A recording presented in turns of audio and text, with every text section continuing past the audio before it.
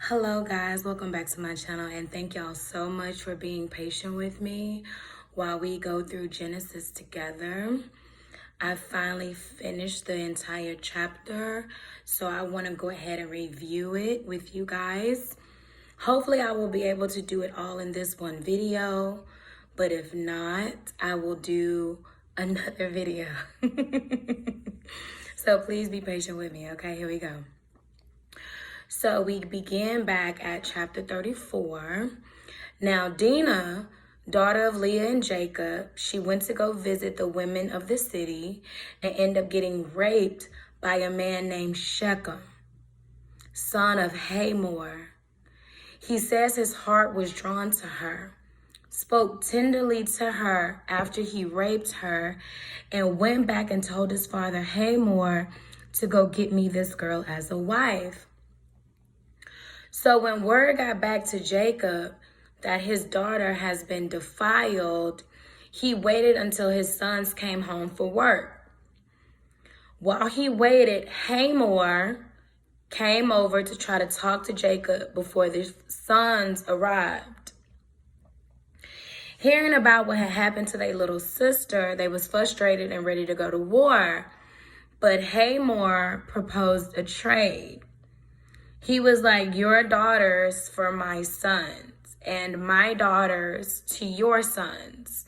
You can also settle in our land, create businesses, make money, and acquire real estate. Shechem ended up joining everyone at the house and begged the father and the brother to forgive his son disrespect, and they can have whatever they want. They was like, if you forgive my son, you can have whatever you want. Just name your price. So the brothers responded deceitfully. They was like, first of all, she was defiled. Second of all, it was done by an uncircumcised man. That alone would be a disgrace to us in our culture. So if we agree to get all of the men in the city circumcised, if y'all agree to get all the men of your city circumcised, then we will take everything you offered, but you have to do this one thing. Hamor agreed. He agreed to have all the men in his city circumcised. The son didn't waste no time doing what Jacob said because he really wanted his wife, which was Jacob's daughter Dinah. So they went back to the land and told all the townspeople, and everyone agreed that all the males would be circumcised. 3 days later, while all the men in that city was still in pain from the circumcision, 2 of Jacob's sons, Simon and Levi, went and killed every man in that city. They put Hamor and his son Shechem to the sword, and they took their sister from the house and they took her back home. They also seized all their flocks, took everything from the city and for the field. They took all their money, all their women, all their children, baby. They took everything from that city and left it depleted. So Jacob was mad that they done this and was like, if you start a war, we don't have the manpower. We would be outnumbered. What were you thinking? And the brothers was like, so you would rather them treat our sister like a prostitute? Baby, I ain't gonna lie, I thought that was so gangster because this my brother. All right, this my brothers.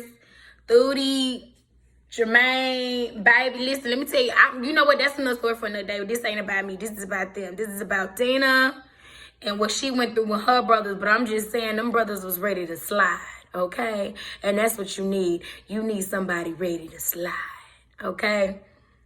In Jesus' name. So God told Jacob to go to Bethel. He went back and told his family, take a bath, change your clothes, freshen up. We're about to head out to Bethel and build an altar, and they did. God came to Jacob and blessed him and changed his name to Israel.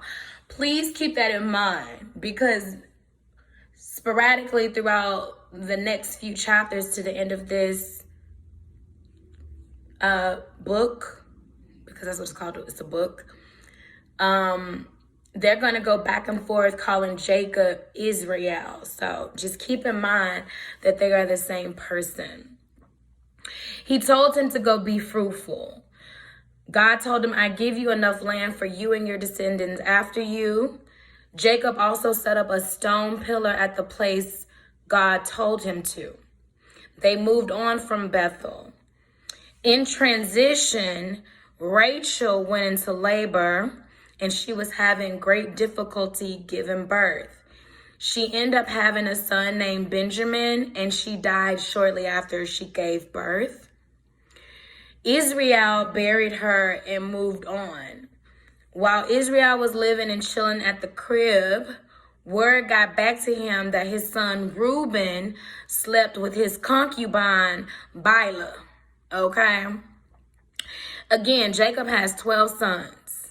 Jacob went to his father's house Isaac and stayed there until his father died at 180. Jacob and Esau buried him. Esau met all his wives in the city of Canaan. He had 3 wives, Adah, Aholibamah, and Basemath. I said Basemath. That's her name. It's Basemath. It's spelled how it sounds. Basemath. And took all them, plus the children and livestock, and relocated some distance from his brother Jacob. They settled in the hill of the country Seir. Jacob was living in Canaan. And now Joseph at 17 was working with his brothers when his father received a bad report. Now Israel loved Joseph. He loved him more than any of his other sons because he was born to him at an old age. So Israel made him a special robe, like a jersey, like a throwback jersey, autograph. It was nice. It was custom made. His brothers seeing this hated him and could not speak a kind word to him. Joseph also had a dream and told his brothers about it. They hated him even more. His dream was basically about him ruling over his brothers. So his brothers was like, oh, so that's what you want to do? Reign over us? So they hated him even more, okay? He had another dream. Joseph had another dream, y'all. And this time he told his brothers and he told his father that I'm going to be above the sun, the moon, and the stars. Everything will be bowing to me. After hearing this, the father rebuked him, but kept what he said in the back of his mind, while the brothers grew even more jealous of him. Side note. See, sometimes you can't share your vision that God gave you. It might reveal the jealous ones closest to you. Some things needs to be, close to the vest at first. Back to the book. Now, his brothers went to work near Shechem, and Israel said to Joseph, go visit them, go take them some lunch or something. Go check on the flock and bring word back to me that everything is all good. So when Joseph pulled up, he found a man wandering the fields instead. And the guy asked Joseph, who you're looking for? And he was like, I'm looking for my brothers. They still not here? They was like, oh, nah, they was headed up the street. They moved on and headed to Dothan. So Joseph was making his way to them. And as they see Joseph approaching, they started plotting on how to kill him. They started ranking on him. Here come the dreamer. Here come the dreamer. Let's kill him and say an animal did it. Wow. This is crazy. But his brother Reuben was like, nah, let's not kill our brother. Instead, let's throw him into the wilderness. Reuben only said this to rescue Joseph at a later time to take him back to his father. Child, by the time Joseph reached his brothers, they stripped him of his special robe that his daddy made for him and threw him in a well, which is like a tank for storing water. It's called a cistern. After this, they sat down and ate a meal. I thought that was comical because I guess plotting to kill your brother takes a lot out of you. They was famished. They stopped at the Chick-fil-A, had a little bit of lunch. And while they was eating lunch, they saw a caravan of people coming out, you know, looking rich with spices and myrrh. So Judah was like, why not sell them instead? And so they all agreed to sell them. Now, Reuben, what happened to taking him back home? Because when they say they all agreed to sell him, Reuben, I thought you was going to take him back. What happened to you, Reuben? Where are you, Roopster? Where you at? So while the people pulling up to the park, the brothers pull him out the well and sell him for 20 shekels of silver. And the people took him to Egypt. Now, when Reuben returned, which is strange because I don't remember when he left, but okay, you know, I wasn't there, neither were you. I figured he went to go take a little poo or something, you know, because they was just eating lunch. Maybe it went through him really quickly and he had to go release that in the wilderness because he was not there. Maybe he went to the 7-Eleven. Maybe he went to go smoke a little cigarette. I don't know what Reuben went to do, but when Reuben came back, his brother was gone. He was gone. So he tore his clothes and confronted his brother. Now keep that in mind as well. We keeping Israel in mind. All right. Israel is Jacob. And we keeping the fact that these people is going to be tearing their clothes. And I'm going to speak on that later on why I think they tearing their clothes is like what I think it represents to me. We're going to get to that. Y'all hold it. There's two things. Y'all hold it. Hold it. Then they got Joseph's robe, slaughtered a goat, and dipped the robe in blood, okay? They took the robe back to the father and lied and was like, hey, we found it like this.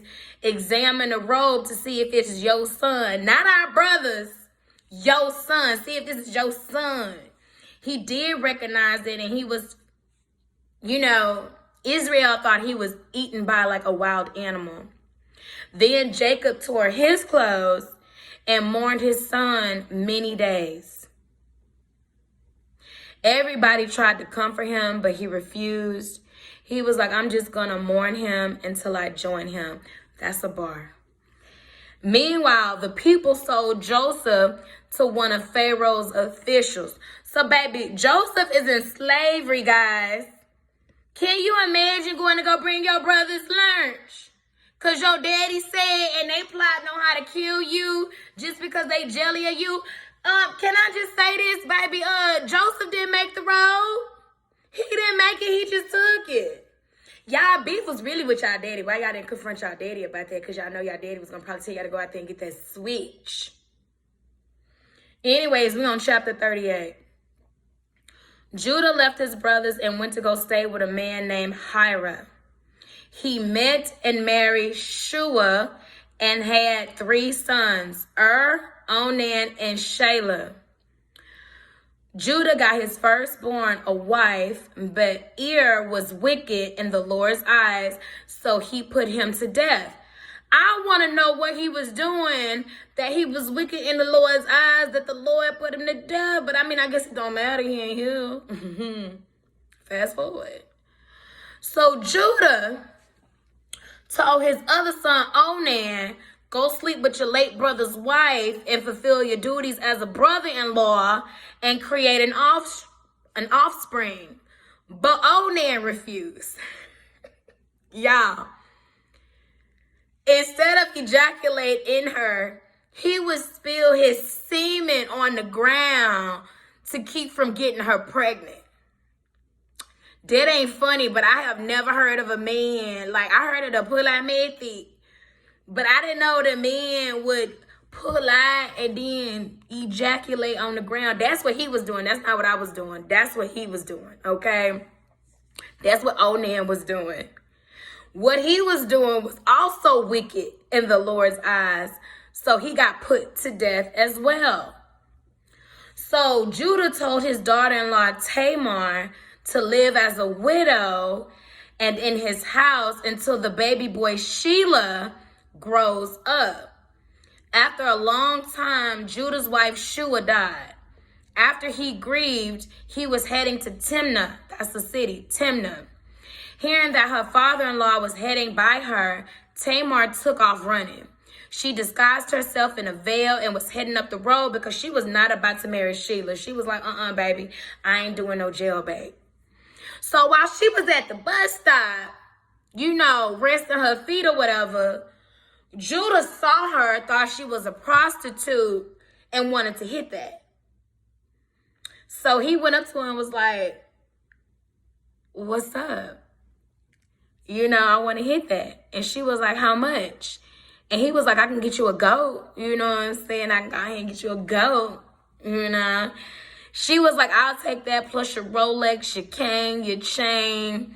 I'll take everything you're wearing, sir. And he gave it to her. He gave it all to her. Gave her the IOU for the goat. You know what I'm saying? Like, I'll send it tomorrow, whatever, FedEx. Slept with her, and she became pregnant that night. After she left and took off her veil and put on her widow's clothes again.